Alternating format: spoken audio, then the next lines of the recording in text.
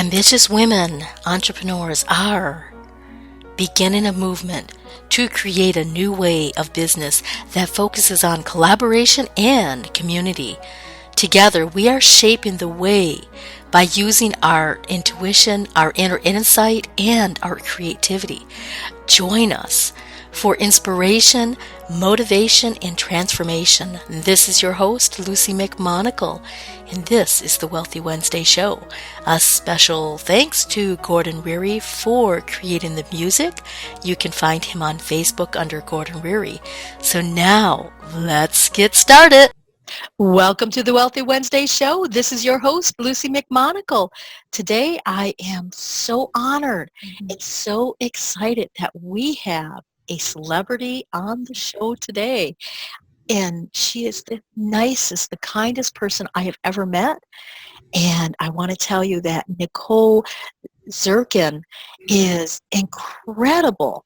She has started a movement for ending bullying. But even more important, she has had the honor of being Miss Illinois 2016 International.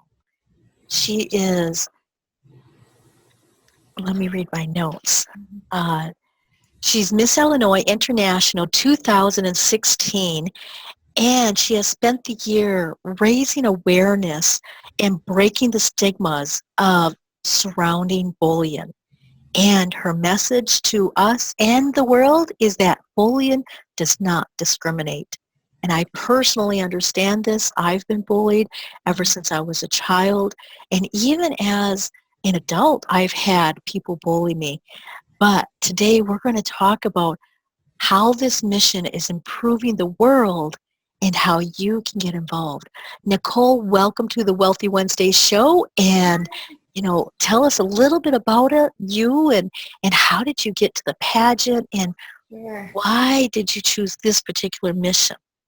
Yeah, well, first of all, thank you so much for having me, Luci. I love your show. I think you're so empowering. You're doing amazing things. So to be a part of it is really an honor. So thank you so much. I started this journey kind of reluctantly, to be honest with you. I decided that I wanted to compete in a Mrs. pageant for myself to kind of get back in shape after my son. And so I started to research different pageant systems because there are a few for Mrs. So basically that just means we're all married. So we compete against other married women, which is kind of nice. And I came across the international pageant system, which is a system that is heavily platform-based, which means women from all over the world can compete, and they share a platform that they're passionate about. So there are 62 of us all over the world fighting for our causes that we're extremely passionate about. So it's pretty amazing to be a part of such a movement like this. I knew that when I wanted to sign up for this system that I had to represent something that was passionate to me. So I kind of had to do a little bit of soul searching. Like, am I ready to go public with my story?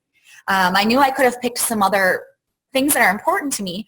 But in order to be effective, I felt like I needed to do something that I was passionate about and that I could really speak to somebody who's been there and I've been there and to really have that connection.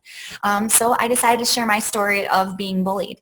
Not only as a child, but also more recently as an adult. And I have to be honest with you, I think that being bullied as an adult hasn't had more of an effect on me personally than being, harassed as a child. So this system has allowed me to not only have a voice, but have an international platform to share my story and to talk to so many other people who have been through exactly what we have been through. Wow, that, and you would think that you personally would not be bullied. I mean, you're smart, you're clever, you have an incredible dance degree, you've been able to perform, and yet you've still been subjected to bullying. Can you tell us a little bit about that as an adult, and how did it affect you, and what were the remedies that you did for it?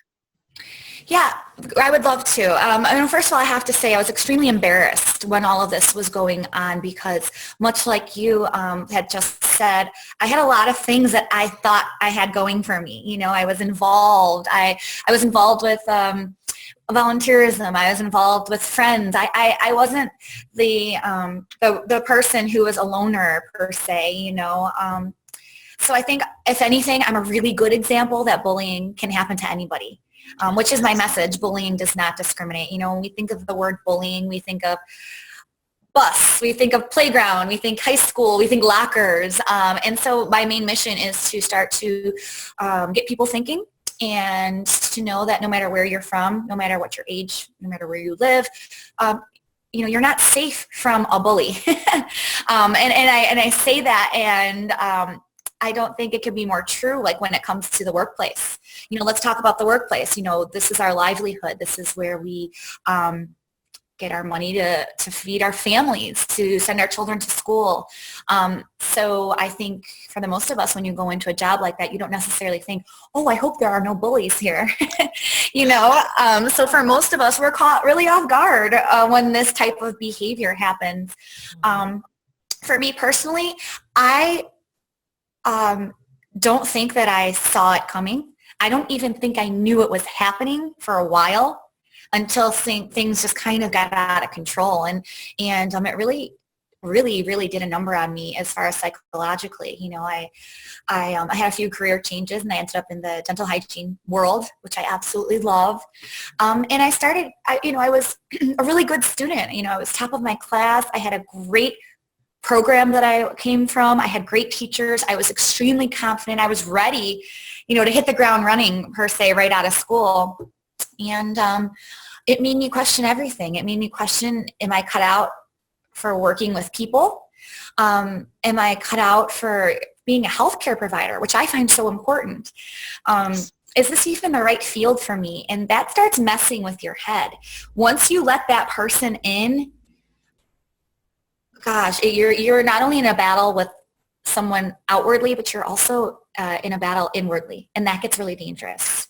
Wow. Wow, that does get really, really dangerous, especially as an adult. And you start questioning your sanity, you start questioning your reality. And sometimes, like you said, when you first started being bullied, you didn't even know what was happening. Oh, no. And it caught you so unaware because you weren't even expecting that in a professional workplace environment, that you're just like, whoa, what's going on? And then that makes you question yourself. That makes you question your field. That makes you question whether or not you're even cut out for this. Mm-hmm. And that is a huge number. Now, what were some of the things that you did to stop that questioning, stop that feeling that you were on this roller coaster? Or, you know, how did that pan out? Well, first I have to say, you know, since I kind of had this thought in my head that I had already been bullied, you know, in school, I had to get over the fact that not everybody's out to get you. You know, not everybody is out to sabotage your success or your happiness. So I kept playing games with myself. Like, I'm like, oh, you know what? You're going there again. You're just starting to be paranoid. She didn't mean that personally. Stop being so sensitive, you know, because, you know, over and over you hear, you're just a very sensitive person, or you need to get thicker skin. And I completely disagree with that. I completely disagree with the fact that, you know, I'm too sensitive. I think I'm just empathetic. I think I've taken what people may think a weakness of me being sensitive, and I've really used it as a strength. And that's something that comes later on, though, because, you know, you start to play games with yourself. You start to say, okay, well, I'm being extremely sensitive. I'm being petty. I need to grow up. I need to, you know, just worry about my work. So I had to have some really concrete examples that I was actually really being targeted. And you know, once that happened, once I started to be like, whoa, this is really happening to me. I'm not crazy. I started to document situations. You know, in the healthcare field, our records are legal documents, our files, our charts on people. And I noticed I would go back a couple days, couple weeks, and I would notice that my charts were missing things that I knew I put in there. Or x-rays would disappear. You know, for dentistry, those are legal documents when we take x-rays of patients, and I would go back in there to kind of double check my work, and they wouldn't be in there. And then sure enough, I'd get it called into the boss's office and, Nicole, you're really dropping the ball. You know better than this. We need this. We need that. We need this. And in my head, I'm going, am I going crazy? I'm pretty sure I did this, So I started taking screenshots from my phone. I started basically kind of gaining evidence, so in case I was talked to again, I could say, no, I did this. Something must be wrong. I didn't want to blame anybody, even though I felt like I knew who it was. But I was kind of like, well, maybe there's an issue with the computer. Maybe there's an issue with our software. And I kind of regret that. I wish I was a little bit more straightforward. I wish looking back, one of the things I do regret is allowing somebody to have that power over me when I knew what was happening was not right. But we all make mistakes. We all grow from our experiences. And I wouldn't be here talking to you right now if I didn't have this embarrassing, humiliating experience. So I think I'm a really good example of kind of coming out on the other side and showing people that there's light at the end of the tunnel. And it's difficult to get there, I'm not going to lie. I think I have there are some effects that are residual. I meet somebody and I'm kind of like, what did she mean by that comment? Or do you think she meant that personally, or was that a jab? So I have to be really careful to keep things in perspective and to just be aware. And, I still try to, see the good in people, and I still try to give people the benefit of the doubt. Yes, and that's one of the brilliant things that you're doing is you're able to really look at, is this a jab? Am I, you analyze it a little bit, but then you also look for the good in people. Yeah. And could you tell us a little bit about your organization that really helps you to end the bullying and look for the good? It's Be Kind, Make a Difference. Yeah, I'm really proud of my organization. It's a very small, little, humble organization right now, but I have really big plans for it.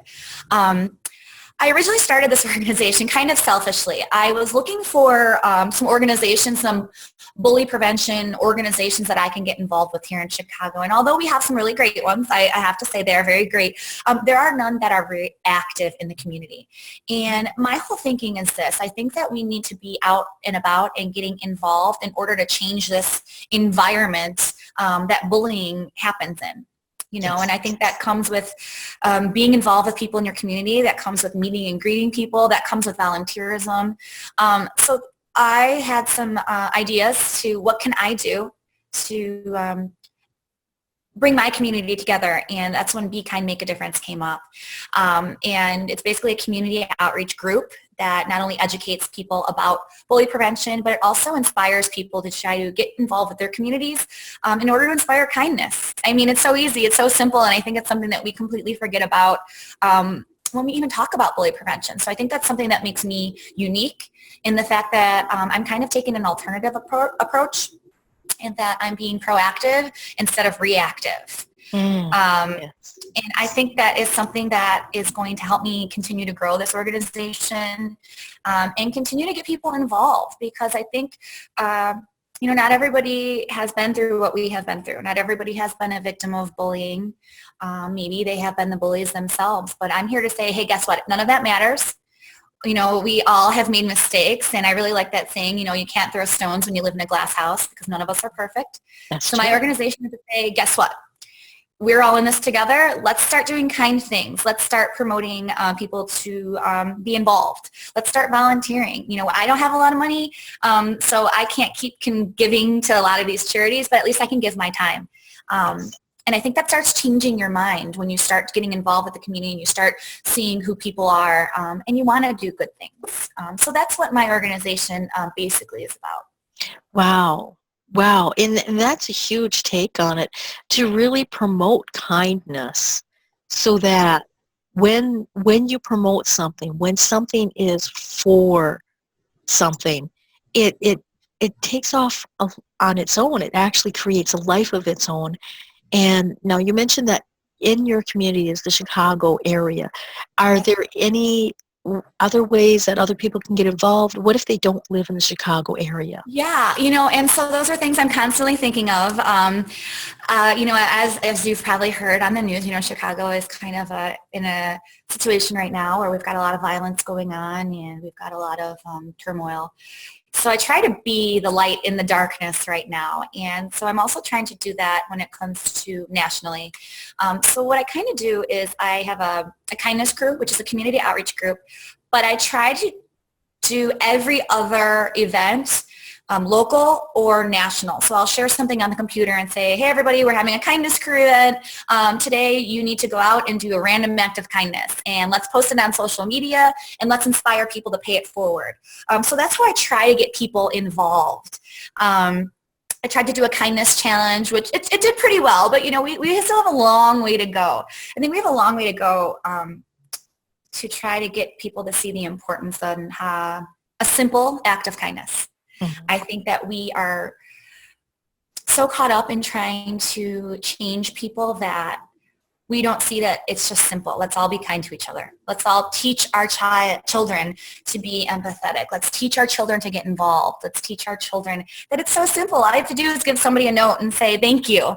I kind of, being a mom toddler, he had a 2-year-old birthday party, and I had these beautiful thank you cards, and something happened to them, and I didn't end up sending them out. And, I think some people like recognition for giving their time. Some people like recognition for their gifts, and I completely can understand that. And that's the same thing with kindness. Some people just like kind things done for them once in a while. I think it reminds you that there are still good people out there. There are still people who want to make a difference, and they're still good in this world. Yeah, absolutely, absolutely. And you mentioned that your toddler just turned 2, and how do you balance between your projects and being a mom, a wife, a dental hygienist, and still have time for this? It's not easy. It's not like I'm, at home being like, this is wonderful, how glamorous. No, it's really difficult. You really need a good support system. I'm really lucky because my husband is super supportive of me and what I'm trying to do. My mom is extremely supportive of me and what I'm trying to do. Without them, I no doubt would not be able to do any of this, honestly. But I also consider this like a job, just like any full-time working mother. There's a little bit of mom guilt involved. Sometimes I go and volunteer with other children, and I'm like, oh, I miss my own child sometimes, But it's all about balance.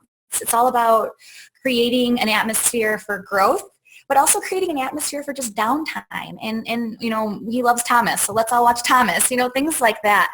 I also bring him to a lot of my events. I know he's really young, and sometimes, we have screaming toddler fits, and you're just like, oh, maybe this wasn't a good idea. But I want him to, at a young age, be involved and see what I'm trying to do. And hopefully he does the same thing. But I would be lying if I said it was easy. It's definitely difficult, and you have to be really great with time management. But I think as mothers, sometimes we forget that what we want to do is important too. So like I said, it's all about balance. Mm-hmm. Yeah, that's so true. So can you tell us a little bit about, you have this app called Kindness Crossing Borders. Yes. And you mentioned a little bit about the social media, but can you tell us about the app, and is it for Google, or is it for the iTunes store, or how do people get a hold of this app? Yeah, you can find it on iTunes and Google. I just have to put the name in as Kindness Crossing Borders. I actually developed this app with one of my she's basically my mentor. We were trying to find ways to be unique. We were trying to find ways to reach a different group of people, a different demographic, if you will. Social media is extremely important. There are 4.2 billion social media accounts. So if you want to get a message out, social media is the way to go, and we've got these, the younger kids now are definitely in this digital age. And we thought, there's an app for everything, so why not have an app for bully prevention and inspiring kindness? So that's how this app was developed. I love my app. I'm still working on adding a couple more things coming up here. I'm always kind of tweak it until it's perfect, but so it's not there yet. There are facts. You could find bully prevention facts. There's advice. If you're a parent whose child is being bullied, there's some advice if you're an adult or a child being bullied. I also have one of my favorite things is morning mantras, where every day I have like a positive saying. Something as simple as, start your day out right with a smile, or something just uplifting. It's fun to kind of check them out and, see. I also have something that's really important that, I talked about earlier is if you're going through a situation and you feel that you're being bullied or harassed, it's really important to keep a record. So my app also allows that. It has a camera, it has a video recorder, and it also has a notepad. So you can record yourself saying, okay, this happened at this and such time, because it's not a good idea to record what's going on and leave it at your office. So if you have your mobile phone or your tablet, you can kind of keep an ongoing record, and kind of keeps it all in one place for you should you have to take it there. And by there, I mean, take legal action, which is ultimately the last thing anybody wants to do, but sometimes, unfortunately, it's necessary. So my app kind of offers all of those features. So I'm extremely proud of it, and I'm going to continue to work on it and to get it to be where I want it to be. Wow. So with this app, obviously you developed it because at your job that you mentioned earlier, you were actually documenting, you were taking pictures with your cell phone, verifying that you had stuff. Did you ever confront the bully that was doing this, or how did that resolve out? Yeah, I did actually. I decided to, I'm an adult, right? It's like I was really sick of. Towards the end, I was being bullied by being excluded from things. I would be purposely left out, purposely ignored. I'd walk in and say, hey, everybody. I was still trying to be as positive as I possibly could because I needed to do that for my own sanity. Mm-hmm. Like once I start to get in that dark place of trying to retaliate or trying to fight back, nobody wins that situation, So I was still trying to use, I guess, like reverse, psychology. I'm going to continue to kill them with kindness, which ultimately kind of made it worse because I probably just annoyed them more the more positive I was. But, I'd walk in and say, hey, everybody, and that one person would say hello to me. Or, they would order lunch for everybody except for me. So I'd be working through lunch and hearing everybody laughing and talking in the background, or even to the point where my operatory was moved to the back of the office where nobody even works anymore, and I was just like, gosh, I got the message, I get it. I get you don't like me. I get that you're trying to make me either quit or lose my sanity. I'm not even sure what her end result was, but I did end up confronting her. And a true bully does not want to resolve the issue with you. A true bully is going to turn it around on you and be like, you know what? This is on you. You're crazy. I don't know what you're talking about. I'm just trying to do my job and you're really bothering me. Those types of things. And, they're very cold. They don't want to hear you. They don't want to resolve anything. So once I decide, that actually made it worse. Let's put it that way. After I confronted her, it made it worse. It was just like blatant after that. It was not even like subtle attacks. It was like full on, screaming at me in front of people, or, having me leave for no reason, or kicking me out of the office, being like, you know what, I just don't like your attitude. And I'd be like, literally, I'm just sitting here, and so that made it worse.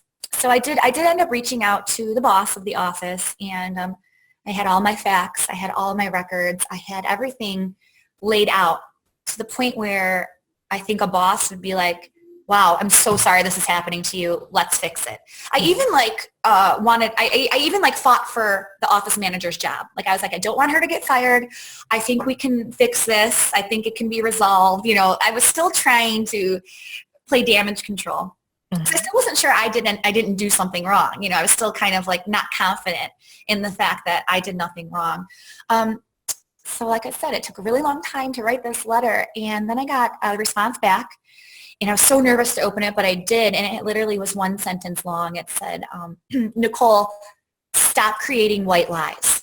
And that was the end of it. That's all it said. And I was I was heartbroken. I was devastated. I was like, holy cow. And I knew that I needed to leave. I knew that it was not going to get better. I snapped out of my maybe it's me thing, and I was like, this is nuts. Let's get out of this situation, because I don't know any boss or any business owner that would be okay with these situations that were going on. So I had to get out. I had to. And, obviously I had no money coming in. I had to move back home with my parents, which was embarrassing for an adult to do. But I had to do it for my sanity. I had to do it for my well-being, and I had to do it for my growth, and unfortunately, those are the things that you have to do so you can overcome. You got to get out. You have to. Absolutely. And it sounds like that created this incredible empowerment so that you can empower other individuals, especially if they're in the corporate world or the healthcare.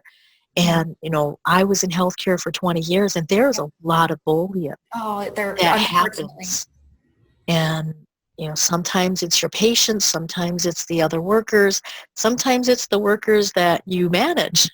Yeah. And it can be really frustrating because they do make you think you're crazy, and they turn things around on you, and they, it's like they exclude you. So those forms, sometimes you just have to leave. Yeah. Other times you can leave and create a movement so that you promote kindness on a global level, and you create your own app, and you win a pageant so that you have global mission. So you can always use some of the things that have happened in your life as a means to give you that fire, to give you that vigor in order to create change. And that's absolutely 100% right. I think that once I decided I was going to use this as my platform, I was ready to tell it all and show it all, because I think one of the things that I want to show is life's not always perfect. I don't care what you look like. I don't care what you do. I don't care if you're a successful doctor or attorney. Life is not always perfect. And you have to turn your trials and tribulations into that fuel, into that fire. And instead of, I could easily kind of curl back into my shell and be a bully myself because of what's been happening to me, or I could retaliate, and I can get all negative and start the gossip train. You can, because sometimes you do go there, and I'm not above that. Sometimes you don't know what to do, but I really had an epiphany. I really had a moment of clarity, if you will. And I definitely know that now God has set me on this journey for a reason. And I am going to continue to do everything I can, everything, gladly. It doesn't even feel like work. It feels like something that's needed. And the more I talk about it, the more I feel better about myself. And also the more I feel that people reach out to me. And I just want people to know they're not alone. They're absolutely not alone. Absolutely. And that's such a powerful message. And Nicole, how can the individuals get a hold of you or get a hold of your mission? We have the app that they can download, but can you tell us a little bit more on how can individuals get involved? Yeah, they're on the other side of the world. Yeah, absolutely. I'm always trying to find ideas. I am constantly brainstorming. So I would love feedback from anybody who would like to get involved with me and who would like to start more of a movement with me, because I'm not done. Even though I passed my crown on in March, which is extremely bittersweet to me, I am nowhere near done. So I would love anybody's help, even if it's just an idea for a kindness career event or an idea for a social media kindness event. I would love to hear from you. I can be reached on my website, which is www.bekindmakeadifference. I'm also on Facebook. Currently, I believe the Facebook name is Mrs. Illinois International Nicole Zwiercan, which is my public page. And like I said, I would love any and all ideas, because I'm in this for the long haul and I can't do it alone. So the more people we can get going, the more people we can, the more we can make a difference. Absolutely. Wow. So thank you, Nicole, for giving the tips and the strategies that you've used and how you've used this situation to create a powerhouse to bring more kindness and to play it forward and to have other people get involved. So individuals can go to your website, which is makeadifference.com. Right. And then they can find you on Facebook Yep. also. And the way you spell your last name is how do you It's Zwiercan. fabulous. So if you go to Nicole's Facebook and you look up her, then you'll be able to get a hold of her. But go Yes. to her website and contact her, let her know how you want to be involved. So Yeah. Nicole, I want to thank you for being on the Wealthy Wednesday show. I know we're running just a tad bit late. That's so okay. Wrap it up so that the audience can get a hold of you. Sure. Thank you so much. Thank you for giving me this platform to talk about my story and to hopefully inspire people to join me and create a movement of kindness and change. Absolutely. And I will ensure that I will continue with my movement of invisible acts of grace, which is basically kindness. I love that. And I will definitely pray and make sure that you and your mission is successful. Thank you so much. I really, really love that. Thank you. And continue to tag me in your journey of everything you're doing. I want to help share your message as well. Thank you. Thank you. So I would like to thank my audience. I am so grateful. I'm so excited. You are the reason why I create the Wealthy Wednesday show. I am here to empower you so that you can bring your greatness into the world and you can bring your mission into the world. If you would like to be on the Wealthy Wednesday show, please get a hold of me. My website at lucimcmonagle.com. That's LuciMcMonagle.com. So until next time, abundant blessings. I hope you enjoyed this episode of the Wealthy Wednesday show. This is your host, Luci McMonagle, and I would love to keep in touch with you by giving you a very special gift that will help you move your business and your life forward. You can access this special gift I am giving to you at my website at lucimcmonagle.com. That's